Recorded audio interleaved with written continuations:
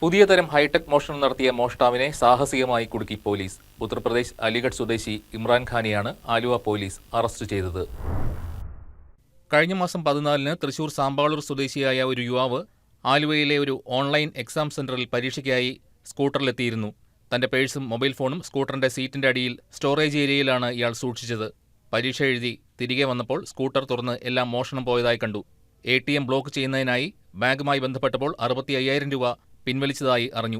ഉടനെ തന്നെ ആലുവ പോലീസ് സ്റ്റേഷനിലെത്തി പരാതി നൽകുകയായിരുന്നു യുവാവ്. തുടർന്ന് പ്രത്യേക ടീം രൂപീകരിച്ച് നടത്തിയ അന്വേഷണത്തിലാണ് ഉത്തർപ്രദേശ് അലിഗാഹ് സ്വദേശി ഇമ്രാൻഖാനെ പോലീസ് അറസ്റ്റ് ചെയ്തത്. ഡ്യൂപ്ലിക്കേറ്റ് താക്കോൽ ഉപയോഗിച്ച് സ്കൂട്ടർ തുറന്നാണ് പ്രതി ഡാഷിൽ സൂക്ഷിച്ചിരുന്ന മൊബൈൽ ഫോണും പണവും കവർന്നത്. തുടർന്ന് സിം മറ്റൊരു ഫോണിലിട്ട് ATM കൗണ്ടറിൽ പോയി ATM പിൻ മാറ്റുകയും പണം പിൻവലിക്കുകയുമായിരുന്നു. സിം ഇടുന്ന ഫോൺ വിളിക്കാൻ ഉപയോഗിക്കാറില്ല ഇയാൾ.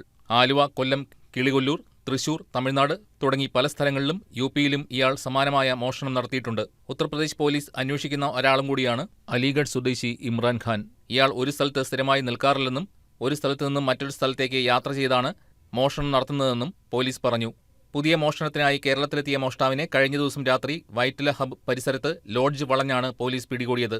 10ഓളം ഇരുചക്രവാഹനങ്ങളുടെ താക്കോലുകൾ, 3 മൊബൈൽ ഫോണുകൾ, നിരവധി പേഴ്സുകൾ എന്നിവ പ്രതി ഇമ്രാൻഖാനിൽ നിന്നും കണ്ടെടുത്തു.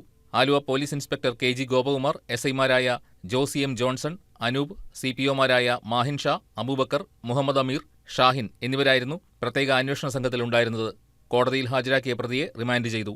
News desk KCV news.